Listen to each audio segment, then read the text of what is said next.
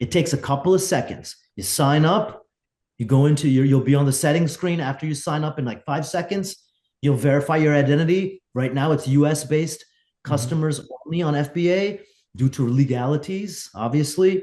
That's version 1. And so it would take them just a couple of minutes to do their KYC, AML, basically verify their identity.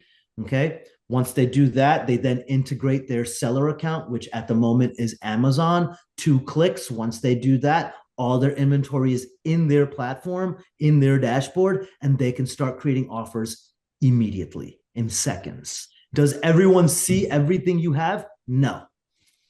Fully anonymous. Nobody knows who the seller is. Just like you don't know who filled you for those 20 shares you bought on Robinhood from Amazon. You don't know if it came from Goldman Sachs or if it came from Vova.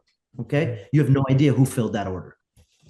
Second thing is, no one's going to see all your inventory. You put out there what you want to put out there. Okay. If you don't want to put it out there, no one's going to see what you have. Right. So fully anonymous, controlled, but it's a beast in terms of bringing you cash up front. Don't wait anymore.